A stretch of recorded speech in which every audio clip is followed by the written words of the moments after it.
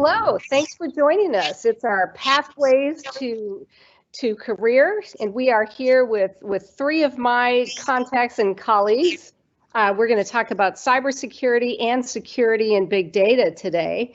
I'm Jennifer Holmes. I'm the Dean of the School of Economic, Political, and Policy Sciences, and we are here with Andrew Ellis, Viveca Pavon, and Jenny Menna. So I think I'll start off and have each one of you introduce yourself and maybe tell us your name, what you're doing now, and how you got into cyber or big data. I guess let's start with Andrew. Sure. Good afternoon, everyone. I'm Andrew Ellis. I am currently the Director of Global Threat Management at GameStop, and I also am the Executive Director of my own research institute, the Ellis Research Institute, where I conduct independent studies into cybersecurity. My background that kind of led me here was pretty hands-on. I was always interested in computers. I took a number of computer science classes. So I started out as a programmer, and that was kind of an easy pivot into cybersecurity, knowing how the things were built. And I've spent the majority of my career working in incident response, cybersecurity monitoring, security operations centers, threat hunting, things like that. And currently the team that I'm managing focuses on those, as well as some red team penetration testing activities. Great. Now, Dr. Pavon. So some of you may not know, she was one of my recent PhD students and now colleague, but go ahead, Dr. Pavon. Or Thank you. Pardon me. Yes. Yes. Well, nice to meet you, everyone. I'm Viveca, and I, like Jennifer mentioned, I recently graduated with my PhD in public policy and political economy. And for the last year and a half, I've been working at Accenture Federal Services.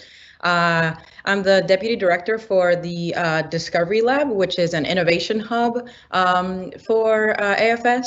So we do a lot of work around applied artificial intelligence, machine learning, big data, a lot of different types of analytical frameworks within very secured environments and following FedRAMP environments for the federal government. It's been a year and a half, and then over the last 9 months, I've been leading the COVID task force response team for AFS, working with a dozen federal agencies so far. Wow. Excellent. All right. So Jenny Menna, how about you? So the audience may not know, we went to college together and we were actually sorority sisters, both AOPI at University of Chicago. Jenny, go ahead. Thanks, Jen. So I've had kind of an interesting career path. When Jen and I were back in, Dean Holmes, and I were back in college, right? This was not a career field. So I was actually a Russian studies undergraduate, Russian civilizations, what they called it, at Chicago, got a master's degree in international relations also at Chicago, moved to Washington, worked for about a year and a half in international development consulting in the former Soviet Union, which I did not like at all, although it was directly relevant, obviously, to my degree. I took a different job at a company that owned a telecom company in France and Russia, where I could apply my language skills. In between the time I was hired and the time I started work, they sold that company. And so when I showed up at this company, SRA, which was kind of a Beltway bandit, kind of mid to large size, I moved into information technology and worked for about 8 or 9 years, primarily in healthcare related large systems development, things like Medicare fraud, TRICARE, even child support enforcement systems, kind of re-engineering how the federal government did some of its IT. Around 9/11, I was assigned to a project to review all of the state's smallpox plans. And yes, in fact, there are plans on how to distribute a vaccine, in case you were wondering, at least there were 18 years ago. And so I moved from the healthcare to the Homeland Security, which had just been stood up business unit at this company, was put on site to help stand up a component of the brand new Department of Homeland Security around what was called critical infrastructure protection. Which included a little piece of this new concept of information assurance or cybersecurity. The head person there said, gee, I hear you're the best of the contractors. I want to bring you over as a federal employee. I worked in that group for about a year. I did not like my boss. She was crazy. And so I applied for the job that was at the office closest to home, where my daughter was a baby and was at daycare right nearby, in this new National Cybersecurity Division. And coincidentally, my husband, Frank, who Jen knows, was at the National Security Division at Justice. And he said, even though I didn't really have any interest or background in cybersecurity, he said, you have to take that job. This convergence of national security and computer security is where everything is going. It was when it was still a compartmented classified program that China was stealing all the stuff from the federal agencies and defense contractors, and later everybody else. So I moved over there, held a variety of senior executive positions, everything from running the U.S. Computer Emergency Response Team, U.S. CERT, to doing policy things, worked a lot with private sector on how to stand up cybersecurity programs, helping them understand threat and risk and what government had. Went to U.S. Bank, where I left 2 weeks ago as the deputy CISO, and I am now at Humana. Seemed like it was a good time to go back to healthcare, where I lead, what is it called? Business cybersecurity risk, I think is what my group is called. Wow. Well, I guess before we get to some of the other questions, I have one big question for each of you. And, you know, as we had been chatting earlier, UT Dallas, we have a new interdisciplinary degree in cybersecurity policy and technology. And so it's a little bit of my school of EPPS, a little bit with computer science, a little bit in management, one class in our friends in behavioral and brain sciences on psychology. So I guess I'd ask you all, how do you see kind of the value or the strength of having an interdisciplinary team for any security issue or big data or cyber in particular? So I guess we'll start with Andrew, who nicely wrote a letter of support for that new degree as we had to put that to the coordinating board. Sure. Yeah, and so I mean, I think that the interdisciplinary approach is extremely important because cyber doesn't happen in a vacuum. You know, there isn't any pure cybersecurity. You're always providing cybersecurity for another type of organization, be it healthcare, financial, retail. And so understanding the different aspects of how a business operates and what kind of considerations you need to take is extremely important. You know, you can't just show up in a board meeting and say, hey, we got to do these 15 things, and they're going to go, great, how much does it cost? And when it's, bigger than their annual revenue, you get none of those things. So having the business understanding is important. You mentioned the social and the psychological aspect of things. It's pretty common to see that the weakest link is actually the end user, and understanding human behavior, why phishing attacks work, how social engineering attacks are implemented, is also a really important aspect of getting people to come to the table and help make cybersecurity strong throughout an organization. You can't just rely on technical expertise and technical control. So I think bringing all those things together produces experts who have a wider field of view than just knowing what a vulnerability is and how to exploit it. Awesome, thank you. Viveca.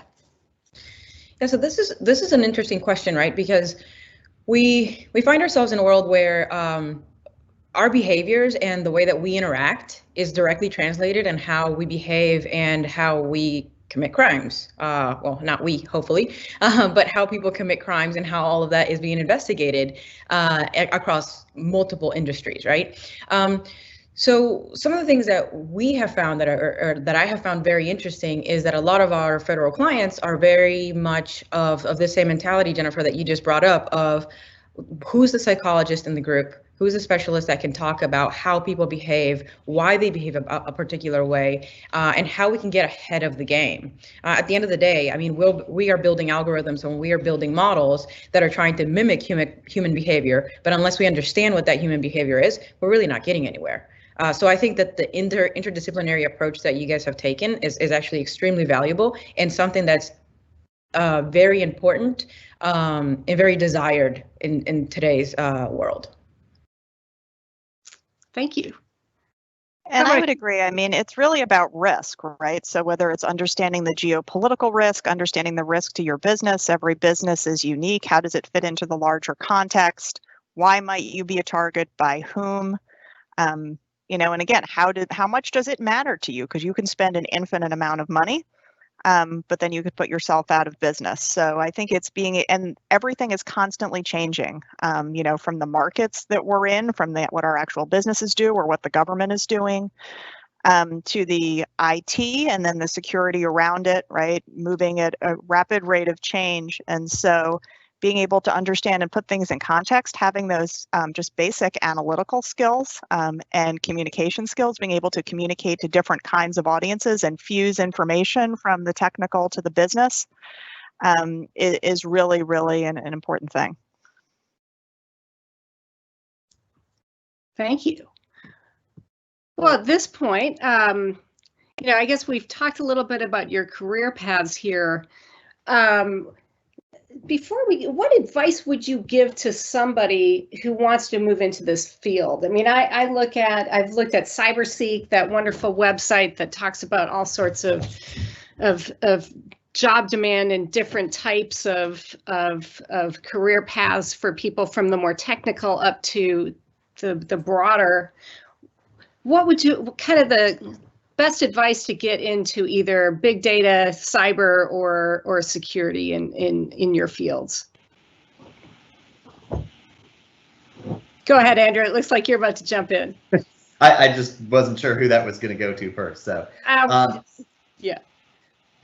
So, I mean, I definitely think there's a couple pieces, and I'm going to avoid talking too much into the technical aspect, but I think one of the biggest pieces, if you want to get into any of these fields, is it really needs to be your passion. This is not a place where you just kind of show up and mail it in 9 to 5 kind of thing. There's plenty of times where you're working late hours, you're working weekends, and so you really need to enjoy what you're doing and have that drive for it. And that also helps with those technical skills of if you're spending time, in your hobbies, actually working on these things, that helps you stay at the forefront. Technology is evolving so quickly that if you're just waiting to be reactionary and waiting for someone to come ask you a question, you're always going to be behind the ball and you're never going to be able to, effectively deal with what's coming. You have to be thinking a couple steps ahead. And again, with a 40-hour work week, there's just too much to do to be able to keep up with all that unless you're spending time on the side.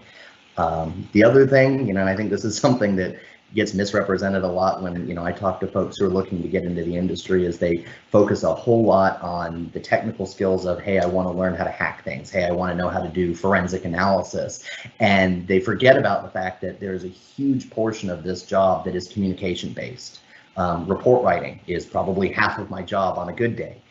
Communicating in meetings, explaining to non-technical peers in boardrooms or in, other aspects of the business, you have to be able to break these things down and explain them to people who have zero background in technology, have no interest in learning technology, but also still need to be at the table and supporting what you're doing. Because if you can't communicate clearly and effectively, it doesn't really matter what your technical skills are, because you're never going to be able to bring them, to reality. So I think those would be the two big things that I would kind of point out. Thank you. Good advice. What about you, Viveca? Yeah, so I had a very unconventional way of getting to my current position. I actually, for the longest time, up until a year and a half ago, thought I was going into academia. So my entire background was very much on research and publication, and my PhD is in public policy and political economy. I worked with Jennifer and Patrick on a lot of the natural language processing work that they do, especially for some of the stuff in Spanish or keeping things with universal dependencies to make them language agnostic. And that along with a lot of the work that I was doing in GIS is what introduced me to the world of data science. And I'm not going to lie, when I decided, okay, academia is not for me and I need another job, I had no idea what I was looking for. And I just stumbled upon a posting that was for a data scientist and had all the qualifications of things that I was doing. A lot of the things that Andrew just mentioned, there's a lot of communication that goes into place. There's a lot of explaining things in layman's terms, like the math, the algorithm, the advanced analytics, the advanced technical aspects of it. They are amazing for a handful of people that can understand that language. And then for the rest of the world, you really just need to know how to relate and how to explain things simply without oversimplifying the complexity of the problem that you're dealing with. So some of my advice would definitely be to build upon like a variety of skills. Cybersecurity, big data, none of this is unidimensional. It's very much about looking at so many different aspects of how things can build upon each other to build into this big complex world that we live in today. So I guess I was building a lot of what Andrew was saying, but chiming in a little bit upon how I got here and how it's not a one-way street. Great, thank you. What about you, Jenny? Well, I guess I feel like I should make a plug from here in DC to encourage everybody to consider government service, whether in state and local government where they are desperate for talent. They're not going to pay very well, but they have good benefits, right? But desperately need help, to looking at federal government positions, even potentially military reserves, depending on people's backgrounds. Those are highly sought after. First of all, you get to see all the, the classified information, really being at the front edge of learning what the adversaries are doing. The government is, right, DOD. I don't know how many of you have actually seen war games, but, they are the original hacking target, right? And so if you work in the federal government, you're constantly going to be attacked, so you're going to get lots of practice. But again, it's also a highly, highly desirable background to have when you apply for the big money private sector jobs. And if you look across the big banks, for example, you will see in most of the leadership teams, whether it's the chief information security officer, or whether it's, others at that top echelon making a lot of money, it's people that have government insight, background, connections. And honestly, they are the federal agencies are still doing a 20% cyber pay on top of the GS scale if you're in the right kind of job. So I would encourage, the federal government has taken a huge hit in terms of staffing. Some of it has to do with this administration and how they treat government employees. But I think, and because you can get a job someplace else. So I would say that, please consider that. There are programs like the Scholarship for Service program. If you have people that are considering going to graduate school, where they will pay for graduate school and you get a job at a higher level when you go in. So definitely going to make that plug for people to consider. Great. Well, at this point, I'm going to pass over the mic to Satin Blair, who's our career consultant over at the Career Center. So Satin, go ahead. Take it from here. All right. Well, hello. I am Satin Blair. I'm the career consultant for EPPS, as she mentioned. So with these panels, we just kind of like to give students an idea. We really want our students to see themselves like in your positions, right? We want them to relate to the positions that are available. So if you can tell us kind of what a typical day at work looks like in your field, the hours, types of projects, really just kind of the day-to-day hustle you guys are involved in. Jenny, would you like to start? I can. I will say there are, to say what does a day look like in your field depends, right? It's different within the company. It's different within roles in similar companies. So what does my day look like? I would get up, I walk the dog, I could go for a run, start my Zoom calls, and then have more Zoom calls and then more Zoom calls after that, and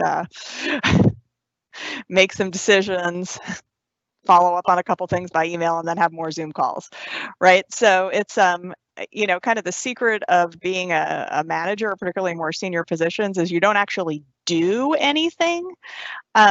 You listen to other people's problems and try to get things out of their way, and take flack from above and from the side. But it's kind of hard to describe, what do you do? And this was true when I was in government and as a manager just doing regular IT, right? It's like I go to a lot of meetings. So build that patience in your boring classes. Okay, fair advice. Okay, Andrew, can you respond to the same kind of question? Tell us a little bit about like the projects you handle, what a day, obviously COVID has changed what work looks like for a lot of us, right? But if you can just kind of give students an idea of what your day looks like. Sure. Yeah, and so to avoid doubling down on kind of the manager approach that Jenny talked about there, which is very similar for me, lots of Zoom calls all day. I'm actually going to talk a little bit about my previous role where I was doing the incident response and I was part of the analyst team before I got into management. Because I think that has a little bit more structure to the day-to-day that's less meeting-based. And so that was very heavily operational. We did both incident response and security operations monitoring and threat hunting. And we were kind of split between the two depending on the day. So some days we would come in and we would be focused on reviewing alerts that we saw and investigating potential threats into the network or into endpoints. And that takes a very detective-like mindset where you have to be incredulous.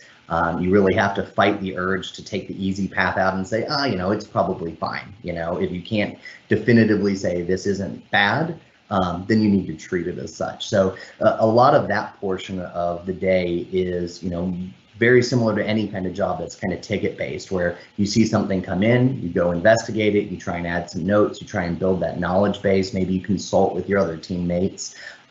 Because everybody's got different skill sets, so they might know something that you don't know about that particular platform, and so that's kind of a churn that you go through on a regular basis. And then you get to a point where maybe you do find something that is above and beyond, that you now have a real incident, a real problem going on, and especially if you're working in a consulting firm, you might not be the one to discover that. You might be getting a phone call from your customer saying, hey, by the way, the house is on fire, can you please show up, real quick. And so those are much more full throttle. Honestly, I know a lot of people get burned out with waking up at 3 a.m. and having to deal with, everyone kind of losing their mind. But for me, that was really one of the most enjoyable parts. Like that's why I got into this industry was, you're there because somebody needs you to help out. And so that's, a very similar process in that you're doing investigations, but now you're doing it in a time crunch and where the results of what you're coming up with are extremely important, because you can go through and you can clear 99% of the network from the threat, but that 1% that you miss leads to a recurrence the next day or the next week or 6 months later, depending on how the threat actors behave. And so again, kind of talking a little to the day-to-day aspect of that, again, it's a lot of looking at different systems, understanding how network protocols work, going through log files, working with threat intelligence and looking up, domain histories and IP addresses and file hashes to understand, the characteristics of what you're looking at and whether or not somebody else has seen it before. So it's a lot of fun. Again, it's very much like being a detective. But it's also very full throttle, so it's not for the faint of heart. Awesome, thank you so much. And Viveca, can you kind of explain the what your table today? I saw you nodding along and kind of smiling with some of the things that Andrew had said. So if you will please weigh in on the question. Yes. Sadly, my day also looks very much like Jenny's. That's the terrible part of the job, the worst part of it. The funnest part is a lot of what Andrew was talking about, which is like getting your hands dirty with fun, interesting things that may not be as good for our clients or our government. So like I said, I work for something that's called the Discovery Lab. It's kind of an innovation hub, and it's more run like a startup than it is an actual consulting firm. So we are like a smaller group within a very large consulting firm, and we don't do anything that takes more than 3 or 4 months. We work in this very quick turnaround, very quick proof of concept kind of world where we say, there's so much talk about big data. There's so much talk about like artificial intelligence and what can we do with it. And a lot of times people that are around us don't want to hear you talk about it. They just want to see it in action. So we build a lot of these things on a very quick turnaround, and we demo and we present to clients where we say, look, I know that I could do this at a much larger scale for you, but here's what it would look like if you could get your hands on it, in 4 or 5 weeks. This is what it would look like. And after people get a chance to play with some of these things and interact is when they're like, they decide, okay, this actually does solve the problem that I have, or this is a neat tool and it's cool and it looks pretty, but it's not what I'm looking for. So we have this very quick turnaround type of environment work where we deal with a lot of the things that Andrew was talking about, of those there's data that shouldn't be here, or there's information that shouldn't be public in a particular data set, and you get those 3 a.m. calls that are not fun but necessary. And like Andrew, I found those exciting. in a lot of ways. Before I switched to consulting, I was doing a lot of research on gangs and violence. So finding some type of criminal activity in other worlds is still relatively exciting to me. But a typical data scientist for our company will very much be trying to solve somebody else's problems, step in to try and figure out how can we make people's jobs more efficient and more effective, and finding the proper algorithm that doesn't work necessarily according to what we want, but more along the lines of what makes sense for a particular client. Okay, perfect. Thank you guys so much. So I do want to, so everybody kind of hit on the Zoom calls as, a challenge of the work, right? And so kind of my next question is about the challenges of your jobs. But we find now we have a huge intergenerational workforce, right? But we find that younger people, the statistics are kind of showing us that like your millennials and New Zealennials really respond to perks. They like perks, like a free cell phone or maybe some flex time. So along with the challenges of your jobs, can you also tell us about it? Maybe some perks you've experienced along the way, or some perks you feel, are really just nice bonuses to your job, or, things you might encourage people to look for. Is there work-life balance in your field, or is that something we should just toss out the window these days? So Jenny, you are on my right-hand side, so I'm gonna lead with you again. So I would say I have had great work-life balance. That's kind of how I moved into this. I've had some of the most senior positions in government. I've had senior positions in the private sector. There's a lot to learning to manage your time and your priorities. I do think there are some good perks in this field, and that it's constantly changing. So if you get bored easily, again, whether it's the technology platform you're on, the business you're in, the threat landscape, it's constantly going to change. So it keeps you active. I have always had a free cell phone, an iPad, and laptop. I've also gotten to do some really cool travel and meet interesting people. I've gotten to go to Dubai to meet with foreign delegations and stay in fancy resorts in Hawaii to talk to bank customers. So there are a lot of opportunities, I think, to also participate in both whether government and industry and kind of where they come together, thought leadership events. The RSA conference in San Francisco is always a lot of fun. The more technical folks, right, enjoy Black Hat and DEF CON. In Las Vegas, of course, none of that's happening this year. But, there are opportunities to be involved in really interesting conversations, whether they're more technical, whether they're more strategy and policy related in the field. And you do tend to get better IT stuff because you're usually part of some sort of a broader IT organization. All right. Well, I'm kind of inspired by the Saturday Night Live episode this weekend where they had the fortune teller in 2019 telling people what 2020 was going to be. It's hysterical if you haven't seen it. But I was inspired by that. So if we go back and you're an undergrad and you're thinking about career, what do you wish that you would have known then that you know now? Let's start with Andrew smirking, so there must be something there. Andrew, what comes to mind when you think about that? Well, now I'm wishing I hadn't given my whole report writing answer a minute ago, because that was definitely one of the things I wish I had known. Those were, there are a lot of classes that you take in school that aren't technical, history classes, English classes, that, to be quite frank, I did not pay nearly as much attention as I should have been, because I went, I'm going to go into computers, I'm going to focus on programming and math and, all of these things. And once I got into the industry, it was like, oh boy, I should have learned how to properly format a report. And so luckily I've worked with a lot of great people who have been able to help me kind of build up those skills and understand what it looks like. But that's definitely one thing that I would have kind of told my older self. The other thing I think, and this is a misconception a lot with people outside of the industry, but also with some of the folks I've seen who are trying to get into the industry, is that cybersecurity is kind of like being a doctor. And you get a lot of questions from friends and family where they're like, hey, you do computer stuff, can you help me fix? And you're like, well, that's great, but I do network protocol analysis. I don't troubleshoot Windows computers. I have no idea why you can't get this update to work.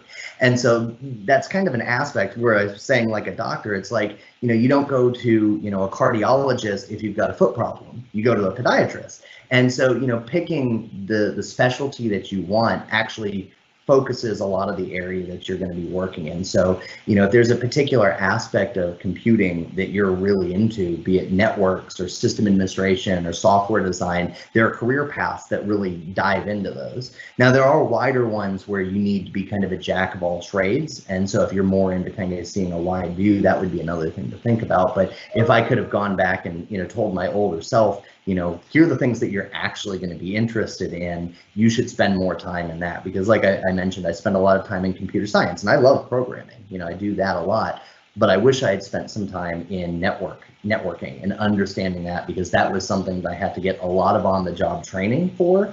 And like, we talked about with the incident handling or even just the day-to-day analysis, there isn't a lot of time when you see something to go figure it out on the fly. You do it because you have to, but the more that you can build up those skills, the better. So I think those are really the two big things that I would kind of point out to folks is, know what you're interested in and really pay attention in classes that have nothing to do with computers, because you learn so many little pieces of project management, time management, report writing that really are like the core of what you're going to be doing when you're doing other technical things.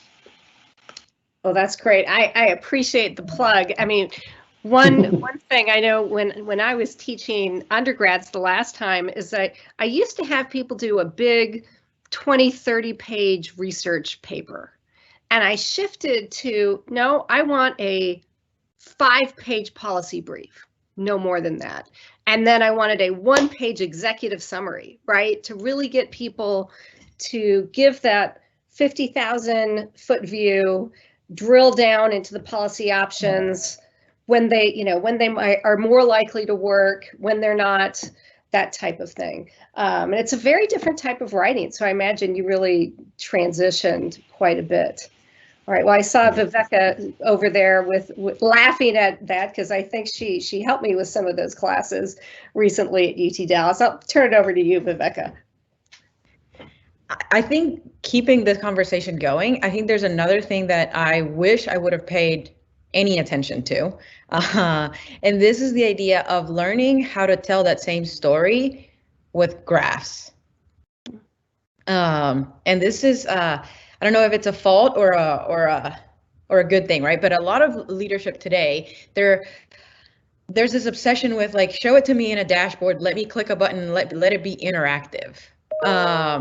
And it's not just the written documentation, but we want to be able to interact with some of this analytical work that we're doing. And I've seen this for a lot of cybersecurity dashboards as well. And I just don't think that way. I like the prettiness. I just wouldn't know how to build one if I had to. And I'm having to learn on the job how some color schemes are more relevant than others.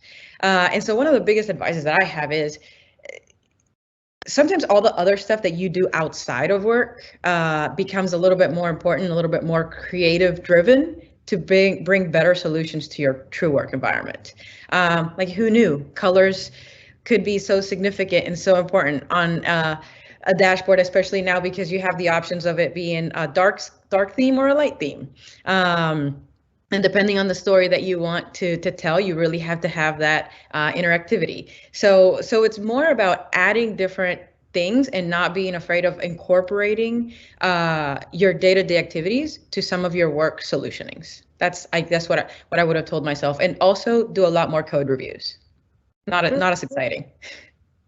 Interesting. Well, you'll be happy to know we have a new data visualization class. And so too bad it happened too late for you, but we have it now for our current students. That makes me really happy to hear. I mean, I did a lot of the GIS work, and it was more about creating a map that was functional and told the story real quickly, not about continuously telling the story. So this is great. I like that.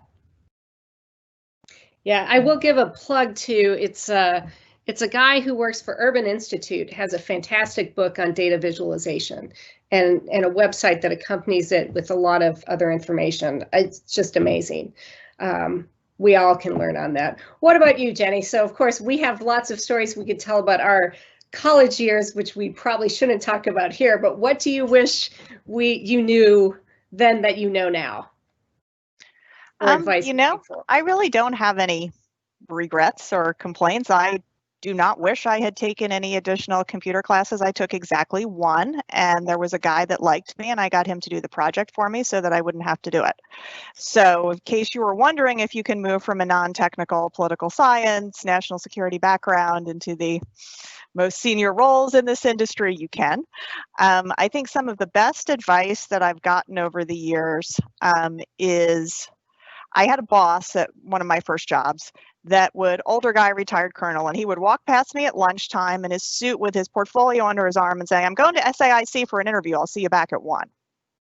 I was like, you're telling me that you're going to a job interview? And he said, you always take the interview, you always take the call. And he worked at SRA until he died. So he never actually did take one of those jobs, but it's really important to keep your eyes open and to have an open mind about what's available in the industry. You may at first see something and think, that's not appealing to me. And when you find out something more about it, you might change your mind, or you may, and I think in this industry, a lot of people know each other. And so you might get a call about a job and it's not for you, but you say, oh my gosh, that would be perfect for my friend X, right? And it kind of forms a virtuous cycle of people calling around and looking for jobs, and you think of them and they think of you. But always take the call, always know it's out there. I think what I found is the way that what people are looking for in interviews has changed. The way people interview has changed. So you want to, even if you love what you're doing and you have no intention of moving, always, right? I said, I can just picture Jeffrey walking past me to his interview, always take the call, always take the interview, and always know it's out there, because you don't know how the world is going to change. I love that. I love that you said that. My very first mentor ever, that was her piece of advice. She was always taking calls. And then when LinkedIn came about, she's like, yeah, I call everybody back. And I'm like, why? You're not going anywhere. But she always did take the, so I love that. I love that story. I do relate to it. Thank you so much for sharing that. Kind of the last question I have is kind of, you guys have all touched on this, and as a career consultant, I am, especially with any ECS students or anyone who's prone to anything cyber or tech related, I am constantly reminding them to lean on their transferable skills. Like, it's awesome that you have all these technical skills, but don't forget that you're a person. There's leadership and team building and, public speaking, all of these soft skills or these transferable skills. And so the question I always kind of end on is any general employment advice for students as far as resume or interviewing when you're hiring potential employees. Is there one question you always go to, or one quality you always kind of look for? And I will start with Jenny again, even though you just ended, or would you like me to start somewhere else? I'm happy to do it. So I would say 2 things to remember. One, people love to help like fresh, bright young students that are coming out in the world. So don't be shy to reach out to somebody, whether it's in your alumni network, whether it's a, kind of a cold messaging on LinkedIn. One, people love to be asked for advice, right? And people also genuinely want to help you. They see a little bit of themselves in you. So somebody may say, hey, I'm really busy, but they will, I would say probably 8 times out of 10 will agree to help you. So don't be shy. And also, understand that your skills are applicable. And so you may look at yourself and say, well, I can't imagine how I translate all this academic work I've been doing into the real world.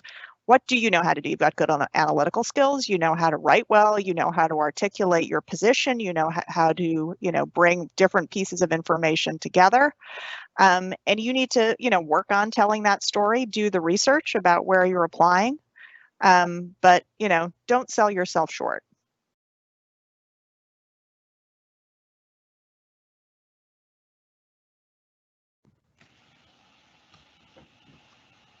All right, how about you, Viveca? Or I think Andrew was about to go. Go ahead, Oh, Andrew. No, Yeah. I was saying I thought Satin was on mute, so I didn't know if she Oh, pitched. yes, I was actually asking Andrew, would you like to weigh in next? So you read my mind, even It's though. Sure. 2020. Yeah, sorry, right? I wasn't Crazy trying to year. jump in there. Yeah, so I think when I was interviewing folks, the big thing I always looked for, like kind of the key question that everything revolved around, was always a question that I kind of knew nobody would be able to answer. And that's kind of mean, giving somebody a question that's incredibly difficult or involves a very specific technology. And in a lot of cases, the answer I was looking for was not the answer to the question, but how would they come up with the answer to the question? Oh, well, I would go look into this and I would research that, and I would, here's some of the things I might Google or whatever, because there's so many, just at a product level, you go from one company to another and they have the exact same capabilities and they're from an entirely different set of vendors. And so now you've got to relearn all the things you knew how to do in a completely different tool. Or you have a completely new threat come up that you've never seen before and you have to teach yourself on the fly. And so that was always something that was really telling for me, was you would have some people who would come in and they'd kind of make up their answers and you could tell that they were just, trying to get there and give you that. And it was like, okay, well, if you get the answer, great. And if you always know the answer, even better, but odds are good you're not always going to know the answer. So understanding that you're not always going to know the answers to things, and that's okay. When somebody asks you a question in an interview and say, how would you do this, or how does this work? If you don't know, admit it, and then talk about your process for getting there. The other big thing, and this comes from both being a hiring manager, but also from my recent experience of getting a new job, is that the things that you see out there, there are a lot of them that are looking for lack of better terms, a unicorn. They want a junior guy with 15 years of experience and 14 degrees, and this platform and every proper noun that you can think of wrapped into one thing. And those are really intimidating, because you look at those and you're like, oh, there's no way I'm going to have this. In fact, I think there might be 3 people in the entire world that could answer this resume request. Go ahead and apply for those anyways, because in a lot of cases, and this goes to the hiring manager side of things, the recs that I wanted to put out there were not the recs I was allowed to put out there. The HR team or the recruiters or whoever said, you have to have this, you have to have that, put in these questions, put in that, and they would build up these ridiculous profiles. And honestly, in a lot of cases, I think that we lost really great candidates because they either didn't make it through the applicant tracking system portion, or they just simply didn't apply because they looked at it and said, there's no way they'll ever want to talk to me. And that really just isn't the case. I mean, from my own career, my first job in cybersecurity was an internship while I was still in college with a guy who looked at me and said, I'm going to roll the dice and I'm going to try and, take this guy and teach him the things that he doesn't have, but I think he's got a good start. And so, really don't undervalue yourself when you're looking at things, and let those big, scary LinkedIn posts keep you from, applying. There's never any harm in applying. Awesome. And last but certainly not least, Viveca, would you like to kind of weigh in on what you look for, or those transferable skills, or any even type of resume advice or anything for students? Yeah, I really like what both Jenny and Andrew said. Definitely reach out to people. People are willing to help. And then like Andrew was saying, like there's a lot to be said about people trying to come up with just the right solution. And a lot of times it's more about how is your thought process more than anything else. I have to admit, I already had a job at Accenture, and it was more about finding the right fit for me. And the gentleman that is now my current boss called me, and I had the worst interview on the planet. It was awful. It was very much like Andrew said. He gave me a question that had no answer, and then just kept interrupting me and just being a total jerk. And he was doing it on purpose. And asking the most ridiculous things, the why, constantly. And I hung up, and the first thing I said was, I never want to work for this human being. This is terrible. And he's my boss now, and he's actually a fantastic human being. He was a jerk, and he laughs at it constantly. But what he was looking for was exactly that. Like, can you think on your feet? Can you admit the fact that you don't know the answer, but that you can go look for it? and that you know where to find some of those things? And can you deal with these big disruptive personalities that will end up being some of our federal clients? And so that's where I got here. I will say that a few things that I've seen on resumes that for people that I'm currently hiring that I think are extremely important is make sure you have a GitHub page and make sure that you're keeping tabs of some of your code, that if you can't disclose what you've worked on for reasons like Andrew's already mentioned, that you have some flexibility on there. Get a pet project, work on some data that's publicly available. There's tons of resources out there just to showcase your skills, and to be able to present that I may not know how to use Python, but I know how to do R. And I know that this can translate to that in this way or the other. And make sure that you have that link to your resume as well as your LinkedIn and everywhere else. Give people that are trying to find people to hire all the tools that they need to actually look at your skills, because an interview may not be the best scenario to know everything about you. By the way, after my interview was over, I emailed this dude a link. The guy's now my boss. I emailed him a link to some of my work, and he said he really appreciated the fact that even though the interview was terrible, I followed up with, here's the proof, and the proof is in the pudding, right? Here it is. Let me show you that even though that conversation was not great, I can do the job. And so those are my recommendations right there. Awesome. Thank you so much. Dean Holmes, do you want to take us home? Oh, sure. So let's see, if you were going to start, I guess people typically think, go look at USA Jobs. Okay, we all know about that. And as I thought of when Andrew said, dealing with the HR, USA Jobs probably is the most complicated front end for any posting in any industry, right? But where would you start if we have these new master students, we've got some other people from the CS side of the house on the call. So where would you suggest they start looking networking to move into this field? Don't all jump in at once. Let's see, Jenny. So I would say one thing where I've had, kind of kids of friends and friends of colleagues come to me, know that there is a hiring cycle for people that don't have experience that are coming right out of school. So look for and now this is not true if it's a 10-person startup, right? But it's true if you're applying to a big company or if you're applying to a government agency. There are special programs, the government has all sorts of fellow programs where you actually come in a little bit higher grade right over time, but look into those programs for new graduates and get on it now, because most of them you have to, be going through the process in the late fall to be part of a cohort that will start in June. So definitely, particularly this year, really be on top of that and do some research into where do you want to work. There's nothing worse than showing up and being really vague, like, I don't know anything is fine, right? Because it's really hard for one of us to help you if we say, well, what industry? Well, I don't care. Well, what do you want to do? Well, I don't know, right? Say, well, I'm really interested in the oil and natural gas sector and working in threat intelligence to protect intellectual property, right? Like be able to give somebody something specific to work with.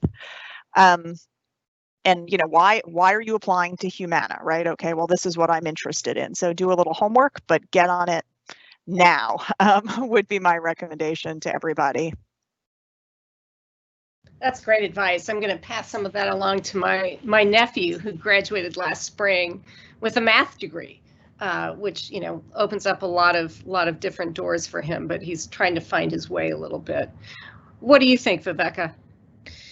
Yeah, I know that especially for these types of jobs, there's a huge market right now, and companies are actually hiring people and waiting for them to graduate.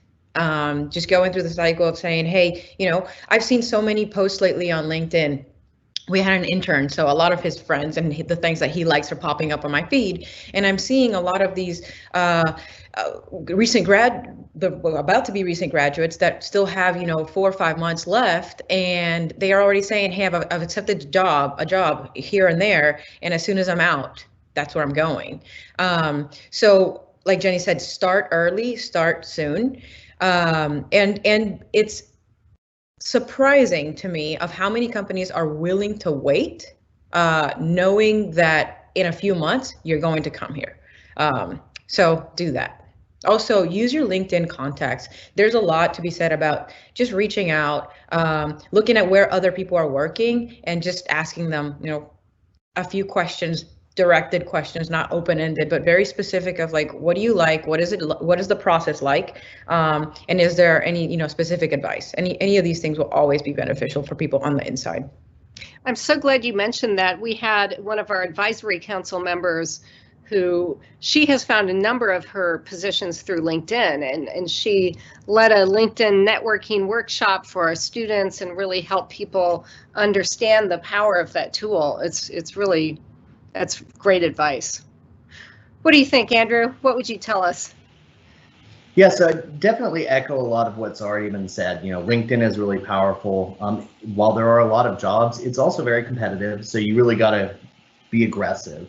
The thing I would add on top of that we haven't talked a lot about is there's a lot of non-conventional networking, and this is actually something that I've used in the past, not just for myself, but for folks I've hired. And so one of those things is talk to everyone about it. Once you know, like Jenny said, what you want to do or where you want to work, talk to your friends, talk to your friends' parents, talk to, the random guy you meet at a bar and say, hey, I'm interested in this. Where do you work? What do you do? Because cybersecurity is something that everybody has. When I was working with a career coach looking for my new job, they asked me, I had, based on what Jenny said, the wrong answer, but they asked me, where do you want to work? What industry do you want to work in? I said, I don't really care. Cyber is cyber. I don't mind if it's financial or healthcare or something like will tell me what I want, and that's what I'm looking for. So don't discount the fact that you have all these organic networking activities that just happen as long as you're willing to take advantage of them. The second piece I would bring up is there are a number of very large online communities for getting into cybersecurity. So whether you're a novice or you're somebody with a bunch of experience, there are websites like Hack the Box, where you go in and you can actually do it hands-on in a safe and totally legal way, to do that. And so one, that gives you a great place to point on experience, which might be hard to get legally otherwise, but you also make friends, and they have forums and they have chat rooms. And I got involved in those probably, 18 or 20 years ago. And some of the folks that I met there that we taught each other, we learned together, one of them knew this better than me, I knew this better than them, we kind of collaborated. Those friendships and those alliances have gone on for decades. And when we're looking for new jobs, or we're looking for somebody to recommend us, or looking for somebody to provide some input, those kind of networks are great because you have other people who are in the field. And especially if you're starting out early like I did, all these folks, we were in our teens when we were getting involved with each other. Well, now they're all business professionals. They all have real jobs with real titles. And so, when they say, hey, it's not just my friend, some random guy, it's my friend who's the VP of penetration testing at this bank, can give me a recommendation. So, on top of the hands-on experience, that also builds up your network directly within the industry, and in a way that I think is hard to get with LinkedIn because everybody is focused on as many connections as you can get, but these are personal connections with people who really know you and what's good about you. Well, we have just a few minutes left. I guess last advice you want to share that you haven't yet given?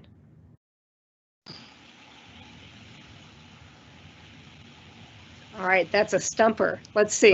I'll go first if you want. I've got one. So, and everybody who knows me will tell you this. This job will make you paranoid. Not crazy, whatever, but I have a lot of folks who tell me that I wear a tinfoil hat. I was harping against social media years ago and everybody got on it, and when I go to places, everybody's got dozens of apps installed on their phone and I have like 2, and they're the ones that are required for work. So, it's not a bad thing, but the more that you see, it's kind of like being, again, going back to the doctor analogy, a doctor who's gone out and seen pandemics in the flesh or deadly viruses in the flesh. You kind of know what you're like afraid of at that point and what you're looking out for. And so that's something that, I've kind of learned through this is I have to temper myself when I talk to other people and they ask things where I can't just go off and say, oh, I wouldn't do this and I would do that. And, they look at me like I'm a crazy person. But, it's fun, and it's because I enjoy what I do that I think about those things all the time. But it is definitely something that the more you see of this, every time you get an email, I'll call my mom and say, did you really send me this email or is this phishing? And, we've gotten to the point where she'll send little codes in there or something because she doesn't normally send me this type of email. It's like, well, why is this coming through or whatever? So, that might just be a me thing. Maybe I am a tinfoil hat guy, but that's definitely something I think is kind of interesting about seeing this stuff. I don't think it's just you, because I know one of my collaborators doesn't even want to use Microsoft Word because he thinks it's too vulnerable and buggy, and it makes collaboration a little interesting sometimes. But it's not just you. What do you think, Viveca? Do you got any last words of advice? Yeah, from my side, it would be to keep an open mind. I think that's been one of the most, and I know this is super cliche-ish, and I'm sorry, but it has been one of the things that has helped me the most of stepping into different roles and pivoting careers midway and just keeping an open mind and being like, you know what, this sounds interesting. Why don't we give it a try and see how it goes? And I can say that has been, it's been good so far. I'm perfectly happy, and things have been challenging a lot of times, but it's all been good. So keep an open mind. Well, thank you. And Jenny, do you have any last words of advice? I'm thinking, I love your advice about taking every opportunity to learn about other opportunities, even if it is just intel on your competitors, right? But what other things do you think you'd like to share with our audience today? Yeah, I would just say, keep in mind that it's entirely possible that your ultimate career doesn't exist yet. And so, as Viveca said, right, you go with the flow, be flexible. And I would also say, realize that your career is not the most important thing in your life. You should work to live, not live to work. Right now, there are a very small percentage of people in the world that are so incredibly passionate about, finding a cure for cancer or something else there. But remember, and I actually had a boss at one point say, like, well, we're not curing cancer here. Like, it's not the end of the world, right? So I would say, you don't have the codes for the missiles, although I guess you potentially could. But, think about this as part of your life. What kind of a lifestyle do you want? What is most important to you? Is it where you live? Is it your hours? Is it how much money you make? And use those different levers. Do you want to be able to ski, right? Or whatever else? Be with your dog all day. Think about those things when you make your career decisions, because really at the end of, there's a certain amount of money you need to feel safe. There's that Maslow's hierarchy. But I think, being happy is not just about how much money you make at work. So. That's great advice. I mean, as you remember, I would always say work hard, play hard. Right. But even today, I get some of my best ideas when I'm out walking the dog and relaxing and just a little unplugged. You get a little more creative if you do allow yourself to step back and process and relax. Well, I just want to thank you all for joining us. I mean, this has been so great. I love having people from different parts of the industries with different career paths. And, as we're starting this new degree that's designed to get people from different backgrounds into cyber. So it's perfect timing. I really appreciate you sharing your thoughts and your advice with us and our students. So thank you. Yes, thank you guys so much for being here with us. Again, I echo what Jen says, this kind of experience that our students be able to kind of have these conversations is immeasurable. And so I really thank you guys for giving up your free time to do so. If students have any questions, I encourage them to reach out to me or Dean Holmes, and we can get in contact with the panelists for you. If you have any last minute questions, we've got about a minute left, so I don't think we'll be taking any last minute questions, but Thank you everyone that attended.